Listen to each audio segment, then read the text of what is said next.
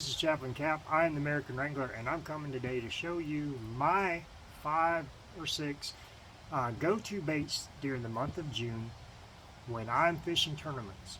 I pretty much always throw these baits in this order. It'll have some variation, but I always typically start out with a topwater spook. I really like this Zero spook. It's a tread fin shad looking. It's got a purple back. It's got some really good strong infusion hooks. I throw that out there underneath the close to the bank, as close to the bank as possibly can. The shad spawn is happening in the shad spawn really close to the bank and around wood.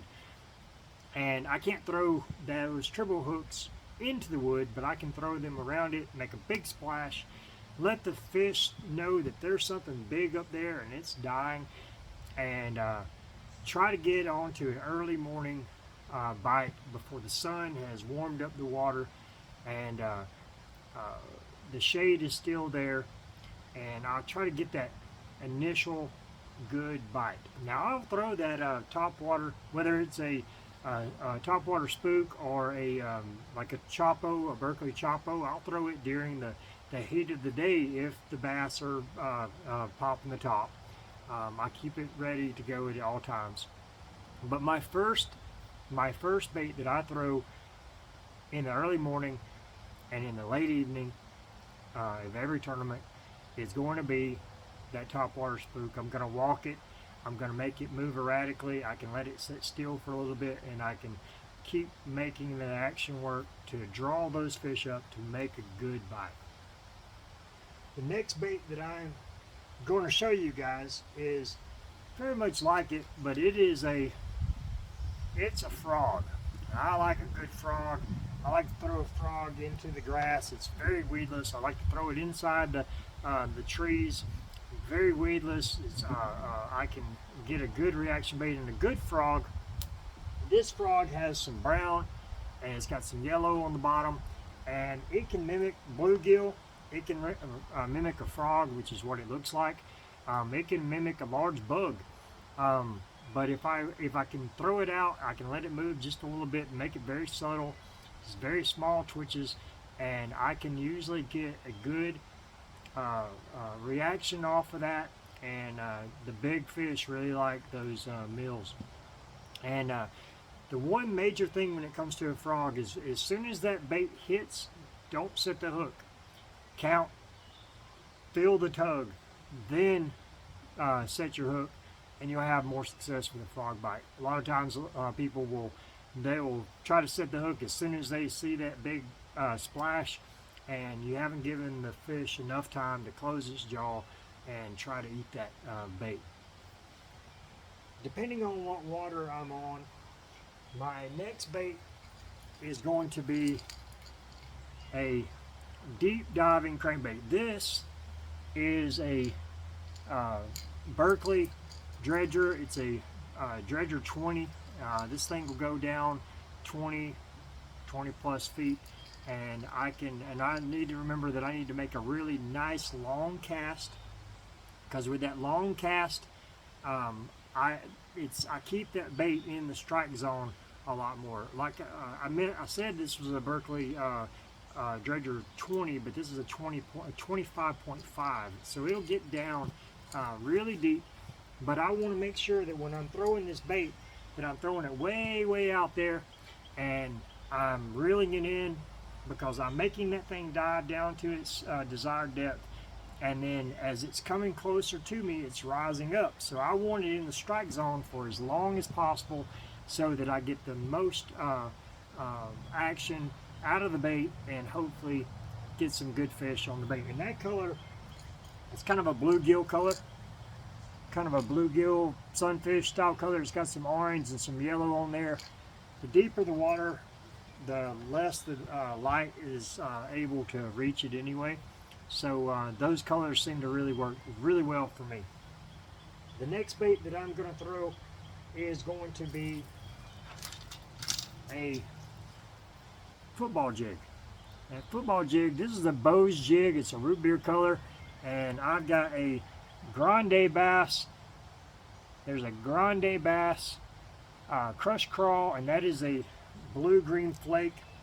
I like a contrasting color, and I will throw that bait out, and I will drag it nice and slow, pop it a couple of times along the ledges, and as I'm ledge fishing, especially when those fish have come out of the spawn, they've the bigger fish are going into the deeper waters. They're hanging out on those ledges, and they're moving from the depth of the ledges back into the shallows and then back again, and so I try to throw down the line of those ledges, make some nice small, slow pops, drag that bait like I would a Carolina rig, and make it work that bottom of the water column. And jigs are known to catch bigger fish, not necessarily numbers, but the bigger fish. And when I'm in a tournament, I want the bigger fish because size matters in a kayak tournament. The longer the length, the better the possibilities for you to be in the top group. The next bait, and this is when I said it'll be 5 or 6. I really like a wacky rig. Now, wacky rig, this is a Bass Pro's Morning Dawn. I do throw a lot of Grande Bass, but I was needing that color for the last tournament that I was in, and I don't care what time of year it is. The wacky rig is, it's really hard to beat because you can put a nail weight inside there and make it into a Nico rig, and then that bottom will go down and you got the little twitch of the tail. Or you can throw this in the shallows. You can use a weighted hook to get it down there a little faster. You can skip docks with it. But all a wacky rig is you're just hooking that hook into the center, and a lot of times I will use a bait keeper around the worm to hold my hook on a little better. That scenario that I was in a hurry, and I needed to get a line back out on the water because I was catching some good fish. I found a good area of fish. The next, equal to that, my cat's trying to play as well, is going to be a shaky head. Now, shaky head is on a trick worm, and I'm gonna get that thing down there, and I'm gonna drag it just like I said that jig. I'm gonna drag it along the bottom, and I'm gonna get those bites from those fish that are in that water column. Now, something that I have really fallen in love with over the last couple of weeks, months, I guess, is the Berkley Finisher. This Berkley Finisher has an incredible action. It's weighted, so you can let that thing sink all the way down. And he's trying to move. My cat's trying to move my camera. He's my cameraman today. But when you're swimming this thing back to you, if you're just straight rolling it, it's coming right at you. But if you're giving some small twitches along the way, you're making this thing dart erratically, and it'll get a reaction bite. Especially if those bass are chasing the shad and they're popping a lot. You can ride this at the top of the water column. You can ride it lower in the water column, and you can work that bait to where they will want to hit it. This one is called the Ghost, and it's the Berkley Finisher, and I've really had a lot of good success with it over the last couple, I guess about a month and a half since I found it. And those are my 5, 6 favorite baits for tournament use.